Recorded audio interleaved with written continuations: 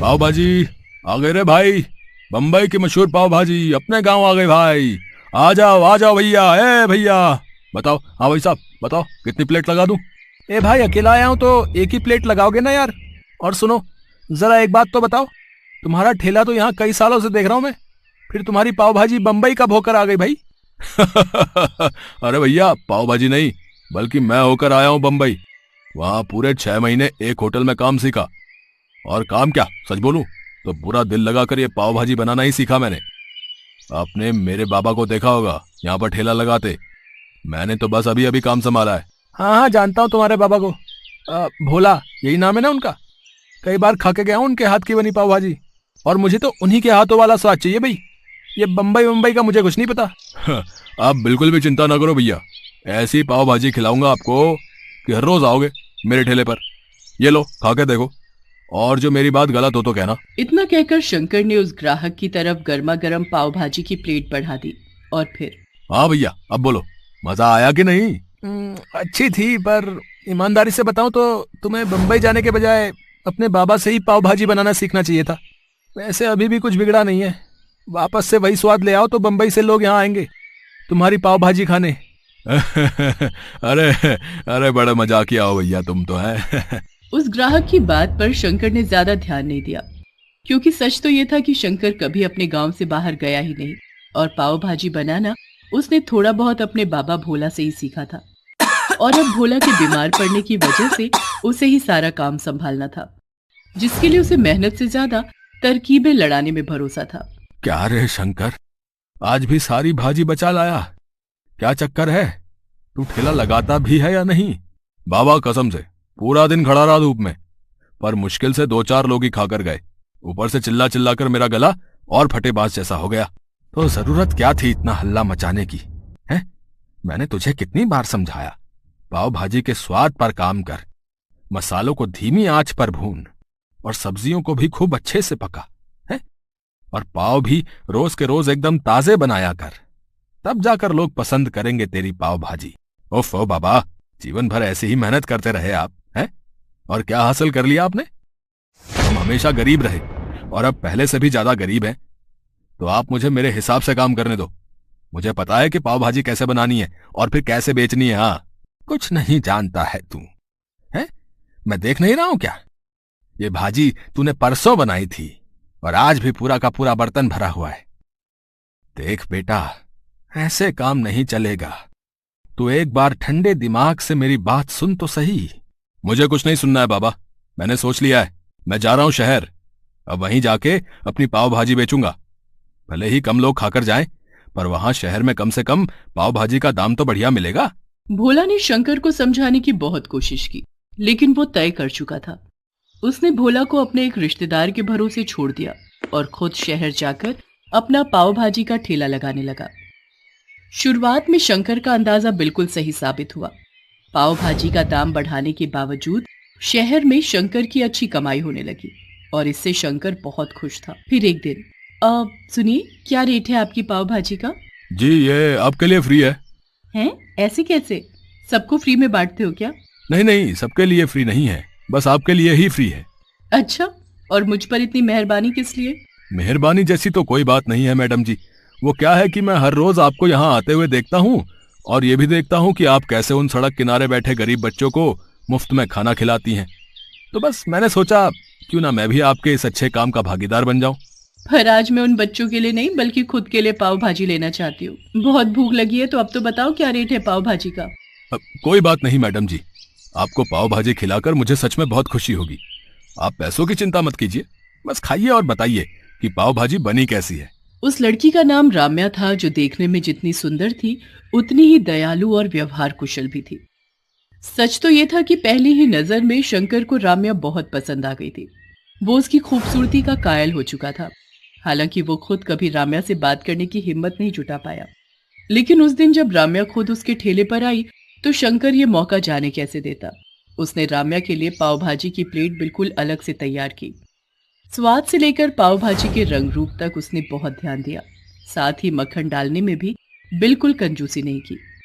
नतीजा, राम्या को उसकी पाव भाजी बहुत पसंद आई। मजा आ गया, पाव भाजी बहुत ही बढ़िया है सच में।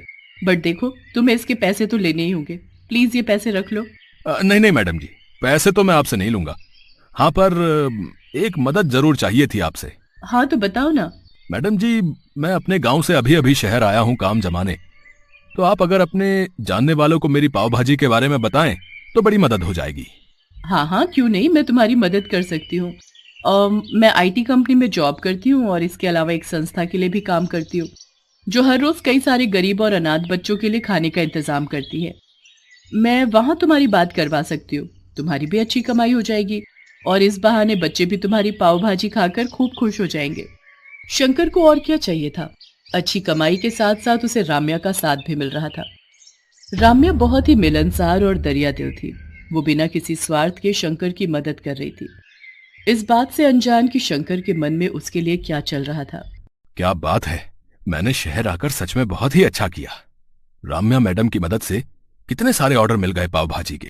अब तो सारा दिन धूप में ठेला लेकर खड़े रहने की भी जरूरत नहीं। ऐसे ही चलता रहा तो बहुत जल्द मेरे दिन बदल जाएंगे और फिर मैं मैडम जी से अपने दिल की बात कहूंगा। अब वैसे उनकी बातों से तो ऐसा ही लगता है कि वो भी मुझे पसंद करती हैं। हो सकता है मेरे बोलने से पहले वो ही अपने दिल की बात कह दे। हैं? शंकर इसी गलतफहमी के साथ राम्या से मिलता रहा और खूब पैसे भी कमाता रहा। वो जल्द से जल्द अमीर होना चाहता था ताकि राम्या से शादी की बात कर सके, लेकिन ये इतना आसान भी नहीं था। राम्या खुद अच्छा कमाती थी, इसके अलावा उसका परिवार भी काफी अमीर था। बातों ही बातों में शंकर ये सब जान चुका था, इसीलिए अब वो ज्यादा पैसे कमाने के लिए कुछ भी कर। राम्या सुनो, वो पाव भाजी वाला वेंडर क्या नाम था उसका? हाँ शंकर, उसे आगे से ऑर्डर मत देना। लेकिन क्यों सर, कोई प्रॉब्लम है क्या? अगर बजट का इशू है तो मैं कुछ। नहीं, प्रॉब्लम उसकी पाव भाजी में है, जिसे खाकर बच्चों को फूड पॉइजनिंग हो रही है। कई बच्चों की तो क्रिटिकल सिचुएशन है। लेकिन सर, ये सब किसी और वजह से भी तो हो सकता है। अब मुझे नहीं लगता कि शंकर की पाव भाजी में कुछ प्रॉब्लम है, क्योंकि सर मैं खुद लगभग हर रोज उसकी पाव भाजी खाती हूँ। मैंने खुद उसके पास से आई पाव भाजी का सैंपल टेस्ट किया है राम्या, और ये बिल्कुल सच है कि उसकी पाव भाजी खाने के लायक तो बिल्कुल नहीं है। राम्या को यह सब जानकर झटका लगा। उसके लिए इस बात पर भरोसा कर पाना मुश्किल था, क्योंकि शंकर राम्या के लिए हमेशा अलग से पाव भाजी बनाता था, जिसमें वो हमेशा ताजी सब्जियां, ताजे पाव और सब कुछ बड़ी सफाई से डालता था। लेकिन उसके अलावा शंकर ने बाकी की पाव भाजी की क्वालिटी हद से ज्यादा गिरा दी थी। वो बाजार उठने के बाद वहां फेंकी गई बेकार और सड़ी गली सब्जियां उठाकर ले आता और उन्हीं से भाजी बनाकर तैयार कर देता। इसके अलावा मसालों और पाव के मामले में भी हालत ऐसी ही थी, और ये सब करके वो पाव भाजी की लागत को कम कर रहा था, फिर चाहे नतीजा कुछ भी हो। शंकर को लगा कि सड़क किनारे रहने वाले गरीब बच्चे कभी उसकी पाव भाजी को लेकर किसी से भी शिकायत नहीं करेंगे। लेकिन अब सच राम्या के सामने था, जिसे जांचने के लिए राम्या ने खुद शंकर के पास से गरीब बच्चों के लिए आई हुई पाव भाजी खाकर देखी। और फिर साहब, वो अपनी राम्या मैडम कहाँ है? कई दिन हो गए वो दिखी नहीं, और पाव भाजी का ऑर्डर भी नहीं आया आपकी तरफ से। पाव भाजी का ऑर्डर?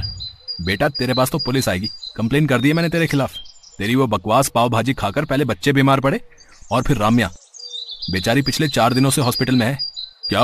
नहीं, ऐसा नहीं होना चाहिए सर।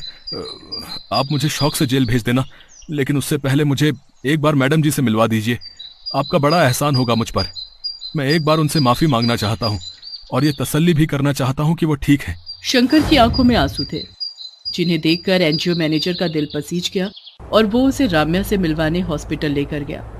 लेकिन राम्या ने शंकर से मिलने से साफ इनकार कर दिया। अब वो कभी उसकी शक्ल भी नहीं देखना चाहती थी, और यही शंकर के लिए उसके लालच की सबसे बड़ी सजा थी।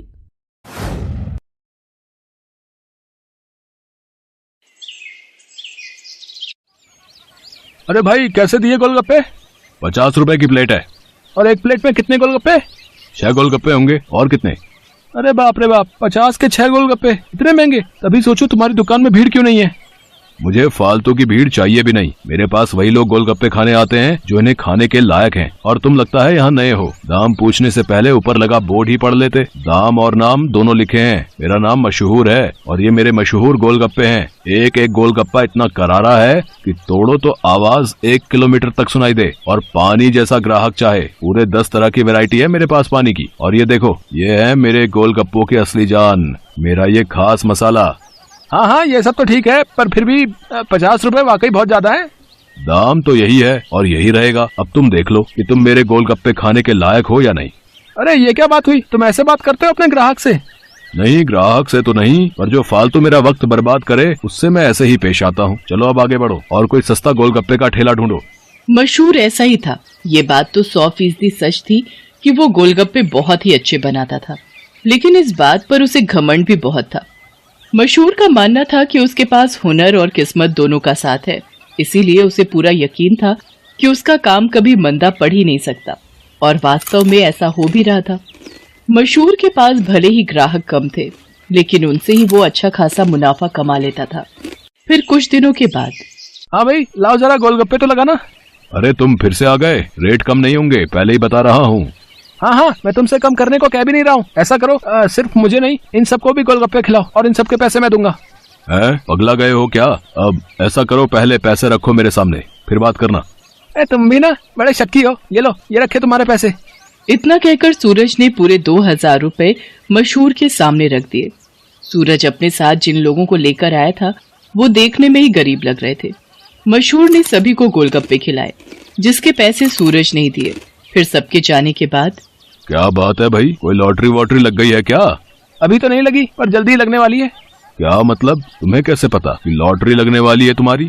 क्योंकि निरंजन बाबा ने मुझसे ऐसा कहा है। वो बहुत ही बड़े सिद्ध बाबा है। उन्होंने मुझसे कहा है कि मैं जितने लोगों का पेट भरूंगा, वो भी बिना उनसे कुछ लिए, मेरी लॉटरी लगने के उतने ही चांसेस बढ़ जाएंगे।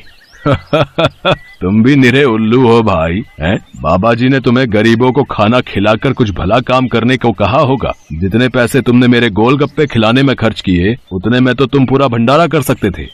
मैं जानता हूँ, पर मुझे इन लोगों को कुछ ऐसा खिलाना था जो इनके बस के बाहर हो। खाना तो कोई ना कोई इन्हें खिलाई देता होगा, पर तुम्हारे गोलगप्पे वो इनके नसीब में कहाँ से आते? और बाबा जी ने मुझसे यही तो कहा था कि जाकर किसी का नसीब बदलो, तो मैंने बदल दिया। अब देखना, मेरी लॉटरी जरूर लग जाएगी।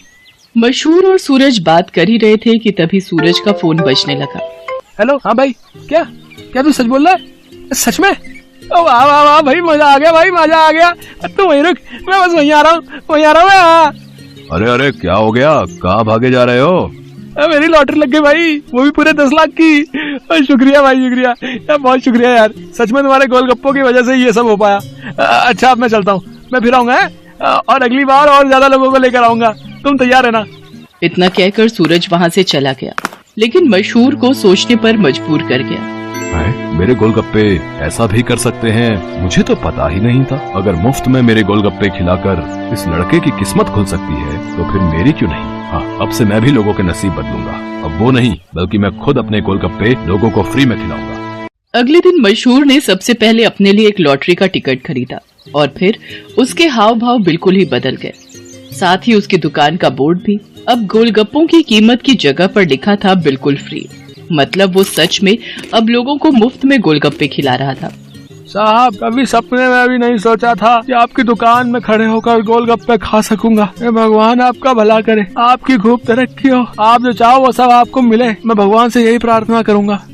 मशहूर को पहली बार किसी ने ऐसा कुछ कहा था। मशहूर को बहुत अच्छा लगा, लेकिन अब भी मशहूर के दिमाग में उसका खुद का फायदा पहले था। उस दिन अपने बनाए हुए सारे गोलगप्पे मुफ्त में खिलाने के बाद वो फौरन लॉटरी ऑफिस पहुंचा। मशहूर चंद, हाँ मुबारक हो, आपको इनाम मिला है पूरे 10,000 का। क्या सिर्फ 10,000? पर पहला इनाम तो 10 लाख का था। हाँ, तो वो पहला इनाम भी तो है। आपकी किस्मत इतनी भी अच्छी नहीं है, शुक्र मनाइए कि 10,000 तो मिले। मशहूर इनाम के 10,000 लेकर अपने घर वापस आ गया। वो उदास था और नाराज भी। क्या हुआ जी, लॉटरी लगी क्या? लगी भी और नहीं भी, ये देखो 10,000 मिले हैं। अरे वाह, तो फिर आप उदास क्यों? आपको तो खुश होना चाहिए ना। अरे पर 10,000 से क्या होता है? इतने में तो 4-5 दिनों में अपनी दुकान से ही कमा लेता हूँ। उस लड़के को तो पहला इनाम मिला था, वो भी पूरे 10 लाख का, और उसने तो इतने कम गोलगप्पे खिलाए थे। मैंने तो अपने सारे गोलगप्पे मुफ्त में खिला दिए, फिर भी मुझे क्या मिला और उसे क्या मिला? ओफो, ये सब क्यों सोच रहे हो आप? आपने जितने भी गोलगप्पे मुफ्त में खिलाए उनकी लागत तो निकल गई ना, बोलो। हाँ, उससे तो ज्यादा ही हैं ये पैसे। तो फिर आपको नुकसान थोड़े ही हुआ है जो ऐसे मुंह लटका कर बैठे हो। 4-5 दिनों में जितना कमा पाते वो एक ही दिन में मिल गया, ये कम है क्या? मशहूर को अपनी पत्नी मोहिनी की बात ठीक लगी और उसने अपना इरादा और पक्का कर लिया। उसने आगे भी लोगों को फ्री गोलगप्पे खिलाना जारी रखा और हर रोज लॉटरी का टिकट खरीदना भी, कभी कम तो कभी ज्यादा। लेकिन हर रोज मशहूर का कुछ न कुछ इनाम जरूर निकलता था, जिससे मशहूर का हौसला और भी मजबूत होने लगा। इसके साथ ही मशहूर को अब ये सब करने में बहुत खुशी भी मिल रही थी। हर रोज लोगों के मुस्कुराते चेहरे उसकी दुकान से लौटते थे। उसके गोलगप्पे ना जाने कितने मायूस चेहरों की मुस्कान बन रहे थे। फिर एक दिन, अरे मशहूर भाई, ये क्या है? ये कमाल कब से हो गया? बस तुम्हारे जाने के बाद से ही। लेकिन माफ करना भाई, अब तुम फ्री में गोलगप्पे नहीं खिला पाओगे किसी को, क्योंकि ये काम अब मैं करता हूँ और लॉटरी भी मेरी ही लगती है। हाँ, तुम्हारे जितना बड़ा इनाम तो नहीं लगा अब तक, पर मुझे उम्मीद है कि कभी न कभी वो कमाल भी हो ही जाएगा। मशहूर की बात सुनकर सूरज मुस्कुरा दिया और उसने अपनी जेब से अपना विजिटिंग कार्ड निकालकर मशहूर को दिया और उससे बोला, कोई बात नहीं, ये मेरा कार्ड रख लो। अब लॉटरी का टिकट जब भी खरीदना हो तो बस मुझे फोन कर देना, ऑफिस तक आने की जरूरत नहीं पड़ेगी। सूरज के विजिटिंग कार्ड पर उसी लॉटरी ऑफिस का पता लिखा था जहां से मशहूर हर रोज लॉटरी की टिकट खरीदता था।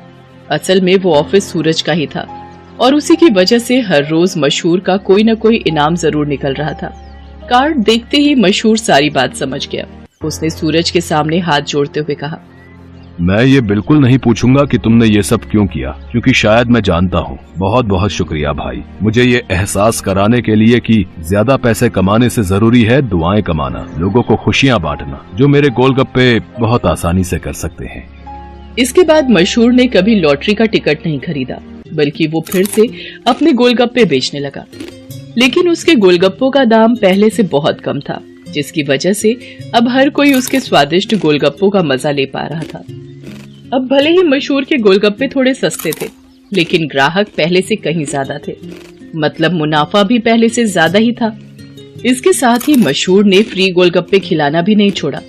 आखिर के 10-20 गोलगप्पे वो जरूर गरीबों को मुफ्त में खिलाता था, क्योंकि अब उसे गोलगप्पों के साथ साथ खुशियां बांटने की भी आदत जो हो गई थी।